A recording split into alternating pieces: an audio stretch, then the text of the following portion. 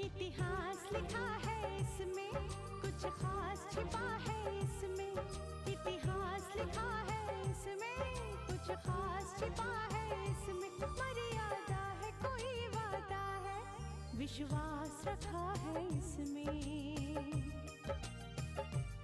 सात फेरों से मिला ये तो उपहार है, मेरा श्रृंगार है, मेरा श्रृंगार है, मेरा श्रृंगार है, मेरा श्रृंगार है। मंगलसूत्र, मंगलसूत्र, मंगलसूत्र, मंगलसूत्र, मंगलसूत्र, मंगलसूत्र, मंगलसूत्र।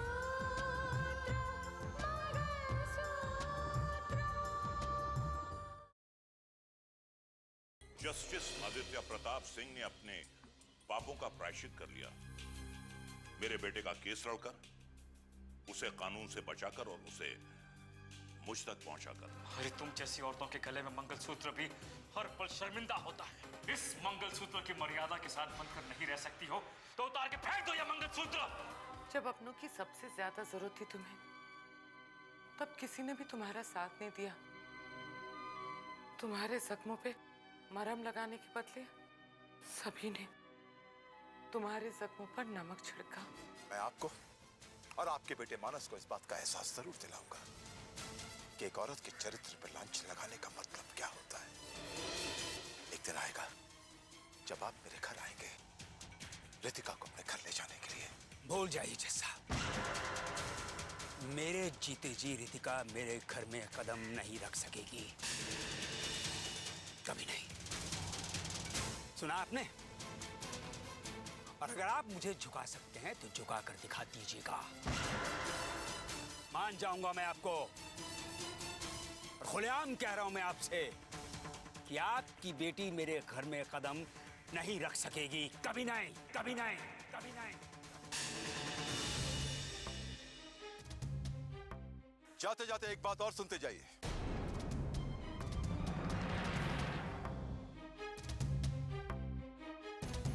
क्या आपने तो फैसला कर लिया? क्या आपके जीते जी रितिका आपके घर की दहलीज पे कदम नहीं रखेगी? तो एक फैसला मेरा भी सुन लीजिए। मेरे जीते जी कोई भी लड़की आपके घर की बहू नहीं बनेगी। अगर आपने मेरी बेटी की जिंदगी को एक भंवर में फंसाया है तो मैं भी आपके वंश का नाश कर दूंगा। कोई भी लड़की आपके घर में बहू बनकर नहीं आएगी। मेरी रितिका की जगह कोई और लड़की कभी नहीं लेगी।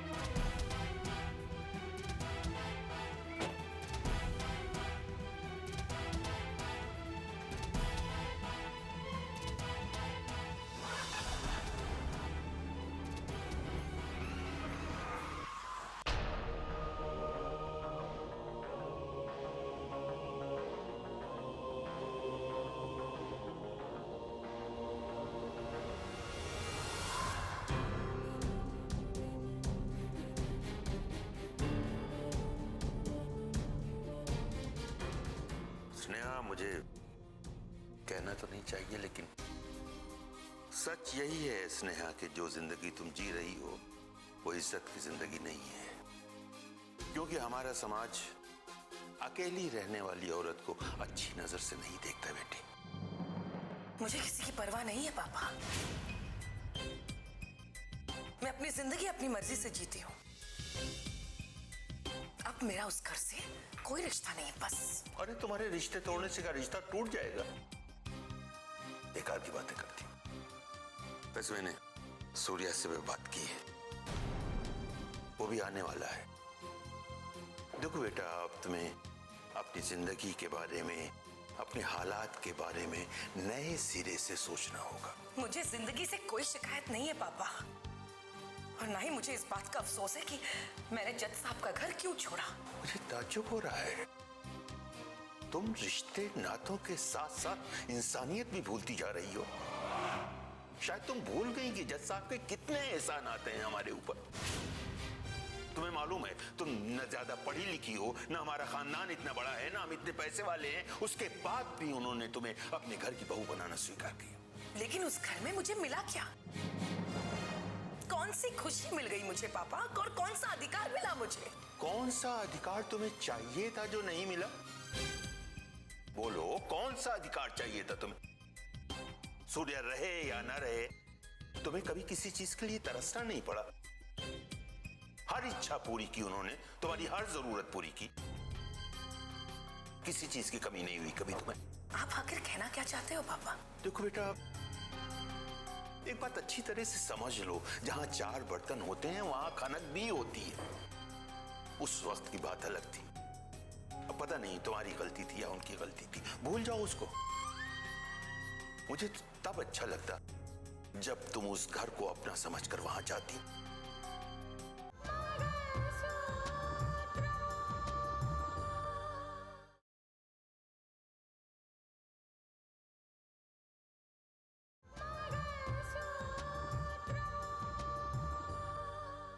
मुझे तब अच्छा लगता जब तुम उस घर को अपना समझकर वहां जाती और उस घर को संभालने की कोशिश करती। तुम क्यों मरे हुए रिश्तों को जिंदा करना चाहते हैं आप पापा? मैं उस घर में पनाह मांगने हरगिज़ नहीं जाऊंगी, क्योंकि मैं उस घर में चाहे जिस इरादे से भी जाऊं, मुझे वहां इज्जत नहीं मिलेगी। और जहां मुझे इज्जत नहीं मिलेगी पापा, मैं हरगिज़ नहीं जाऊंगी वहां। ये आप ही ने सिखाया ना मुझे, और मैं उस घर में मेरी मर्जी से हरगिज़ नहीं जाऊंगी।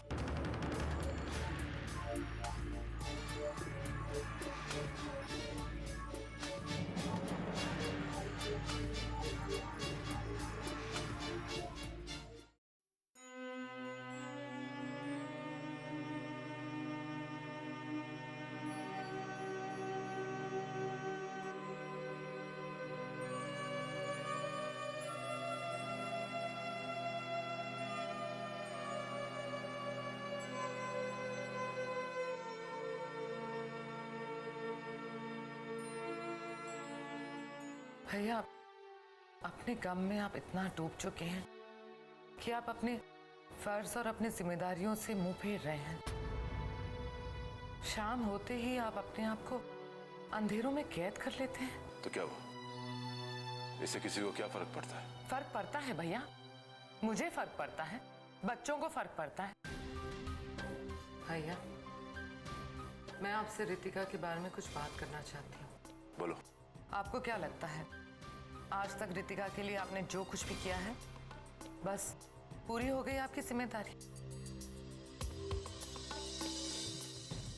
नहीं भैया, माँ बाप जब तक जिंदा रहते हैं, बच्चों के प्रति उनकी जिम्मेदारियां कभी पूरी नहीं होती। और अपनी जिम्मेदारियों को पूरा करने के लिए आपको इन अंधेरों से बाहर निकलना ही होगा भैया। अब मैं तुमसे क्या कहूं? I don't feel good. कुछ भी अच्छा नहीं लग रहा। ऐसा लगता है कि जिंदगी बिल्कुल बेमकसद हो गई है। ये आपकी सोच है भैया, लेकिन मेरा ये मानना है कि औरत का एक अपना घर होना चाहिए जिसे वो अपना कहे। आपकी जिम्मेदारियों के रूप में आपका मकसद सामने आया है और आप कह रहे हैं कि आपकी जिंदगी बेमकसद हो गई है। भैया, आपका सबसे पहला मकसद ये होना चाहिए कि आपको रितिका की खुशियां उसे वापस दिलवानी है, उसका अधिकार उसे वापस दिलवाना है। देखो कावेरी, मैंने अपनी हर जिम्मेदारी बखूबी निभाई है, चाहे पति की हो, भाई की हो या पिता की हो। और रही बात रितिका की, तो बहुत समझदार है। अपनी जिंदगी का हर फैसला वो खुद करती है, चाहे वो फैसला सही हो या गलत। मैं कब तक उसकी उंगली पकड़ के उसे चलाऊंगा? कब तक? भैया, जब तक आप जिंदा हैं, आपको उसकी उंगली पकड़ के उसे चलाना ही होगा। माँ बाप का फर्ज होता है भैया अपने बच्चों को सही राह दिखाना। रितिका के सर पे इतना बड़ा इल्जाम लगा है, वो अकेली लड़ रही है, आपको उसका साथ देना होगा। उसकी लड़ाई में आपको उसका साथ देना है भैया। जब तक ये इल्जाम धुल नहीं जाते, रितिका ही नहीं, आप भी सर उठा के जी नहीं पाएंगे। और भैया, आप तो सच्चाई जानते ही हैं ना। चलो ठीक है, ठीक है, ठीक है। मैं इस सच्चाई को, मैं इस हकीकत से समझता हूं, लेकिन मानस नहीं समझता, रघुवीर जी नहीं समझते। उनका क्या? आपने उनसे बात करने की कोशिश की?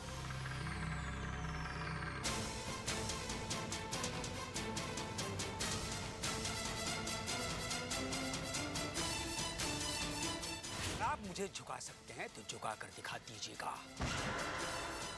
मान जाऊंगा मैं आपको। और खुलेआम कह रहा हूं मैं आपसे कि आपकी बेटी मेरे घर में कदम नहीं रख सकेगी, कभी नहीं।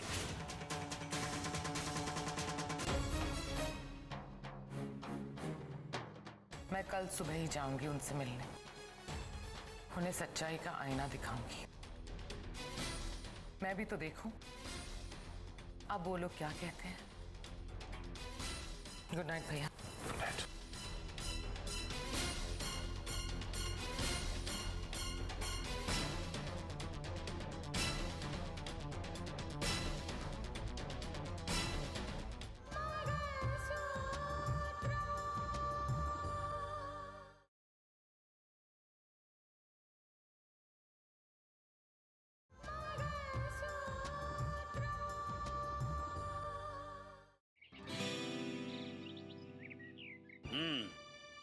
कल मेरी मुलाकात हुई थी आदित्य प्रताप सिंह से।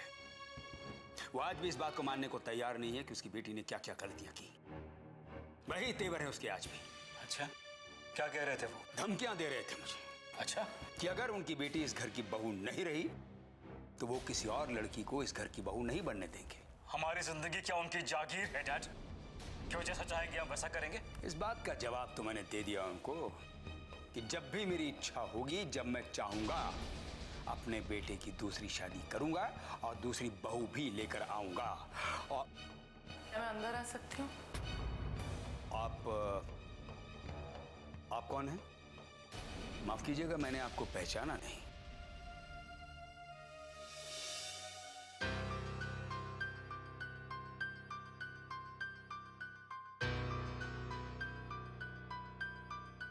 आप लोगों ने रिश्तों को पहचानना छोड़ दिया है, वरना मुझे जरूर पहचानते। मैं समझा नहीं। मैं रितिका की बुआ हूँ।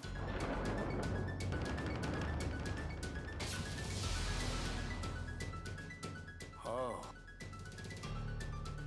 रितिका की बुआ हैं आप। लेकिन आपके यहाँ आने का मतलब ये नहीं समझा मैं। पति पत्नी के रिश्ते के बीच में जो दीवार खड़ी हुई है, उसी दीवार को गिराने की कोशिश कर रही हूं। क्योंकि मैं जानती हूं, ऐसे रिश्तों में जब भी कोई दीवार खड़ी होती है, उसकी वजह अहंकार हुआ करती है।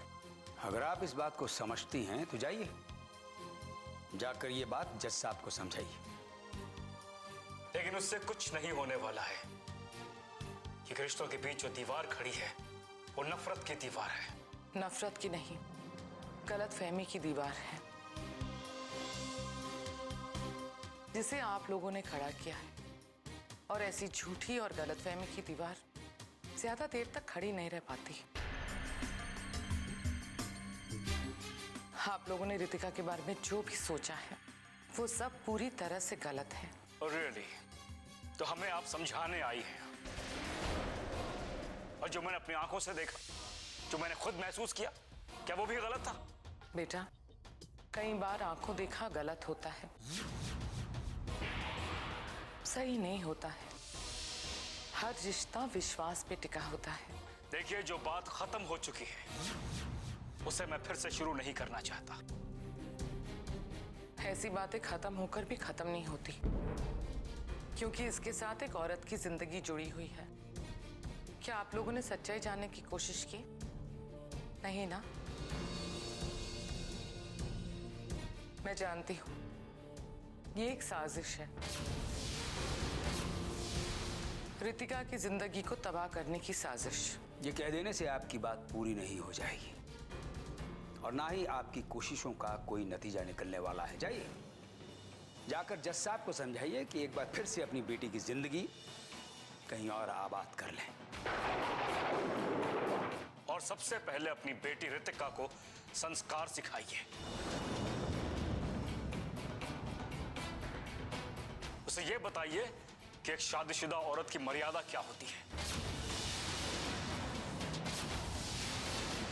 अपने ससुराल, अपने पति की तरफ उसे कितना वफादार होना चाहिए, उसे ये सिखाइए। रितिका को ये समझाने की जरूरत नहीं है। मैं आप लोगों को ये समझाने आई हूँ कि आप लोगों की आंखों पे जो गलतफहमी का पर्दा पड़ा हुआ है, कहीं उसे उतरने में इतना वक्त न लग जाए कि बहुत देर हो जाए। कितनी अजीब बात है, एक तरफ जज साहब मुझे धमकियां देते हैं और दूसरी तरफ आपको भेजते हैं समझाने के लिए।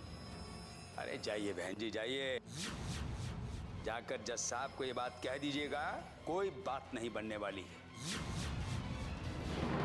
रितिका अगर इस घर की दहलीज पर कदम नहीं रखेगी तो नहीं रखेगी। जिद और नफरत की रौ में आप बह रहे हैं। बहकर इतना दूर कभी मत चले जाइएगा कि वापस लौटने के सारे रास्ते बंद हो जाएं। अगर कभी भी आपको अपनी गलती का एहसास हो तो आप माफी भी ना मांग पाए। अहंकार ने आपके दिमाग में इस तरह से घर बना लिया है कि आपको किसी के जज्बात, किसी की जिंदगी से कोई मतलब नहीं।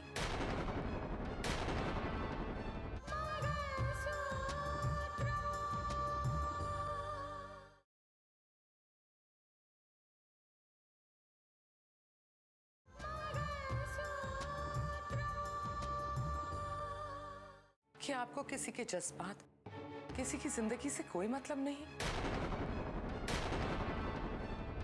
अहंकार कभी भी अपनी गलतियों पे नजर नहीं डालने देता, वरना आप लोगों को इस बात का एहसास जरूर हो जाता कि आप लोगों के एक गलत कदम की वजह से रितिका की पूरी जिंदगी बिखर के रह गई है। आप लोगों की वजह से उसने अपनी मां को खो दिया, उसने अपनी नौकरी को खो दिया। तो क्या इसके जिम्मेदार हम हैं? नहीं, आप नहीं हैं, आपका अहंकार है। लेकिन मेरी एक बात याद रखिएगा, एक दिन आएगा जब आपकी आत्मा आप लोगों को धिक्कारेगी। आप लोगों की वजह से एक औरत को किन हालातों से गुजरना पड़ा, वो दिन आएगा, जरूर आएगा। तब आप लोग पछताएंगे।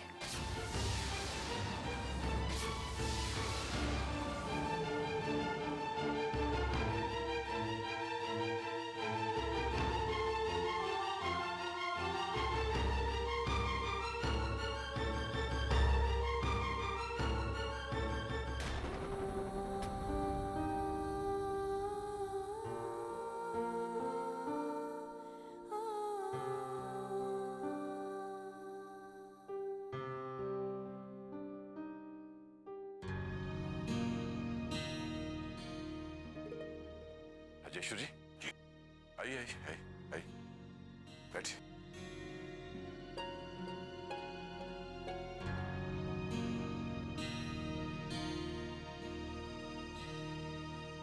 जी कहिए। जज साहब आप ही से मिलने आया था, कुछ जरूरी बात करनी है। हाँ बोलिए, क्या बात है? आपकी बात पूरी तरह सच साबित हुई। जब आपने हमें ये बताया कि वो राकेश नहीं है, तो इस झूठ के खुलने से पहले वो सचमुच हमारे घर से गायब हो गया। राजेश्वर जी, यही समझाने के लिए मैंने आपको फोन किया था, ये बताने के लिए आपको फोन किया था जिसे राकेश समझकर मैं कानून से बचा लाया था। मुझे नहीं मालूम था कि मैं भी किसी साजिश में उलझ कर एक काम को अंजाम दे रहा हूं। मैं कभी सोच भी नहीं सकता था कि वो राकेश नहीं कोई और है। जज साहब, आपको ये कैसे पता चला कि वो राकेश नहीं बल्कि विपिन है? इसी बात का तो पता लगाने के लिए रितिका की जिंदगी तबाही के कागार पर पहुंची है राजेश्वर जी। रितिका ने इस बात का खुलासा कर लिया था कि वो राकेश नहीं कोई और है।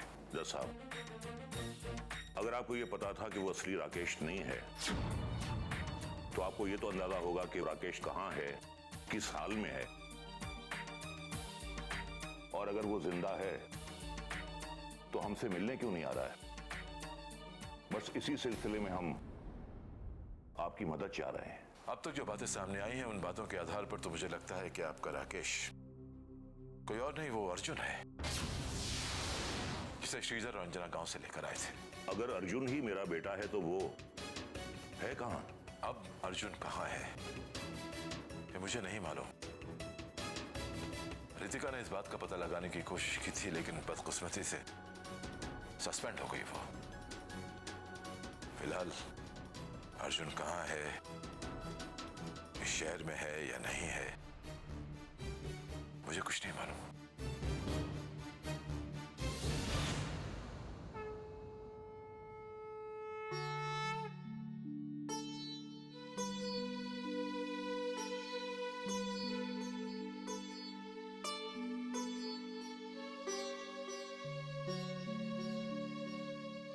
प्रभु, ये कैसा अहंकार है जो दिल में इस तरह से बस गया है कि अपने पर प्रेम के लिए कोई जगह ही नहीं बची।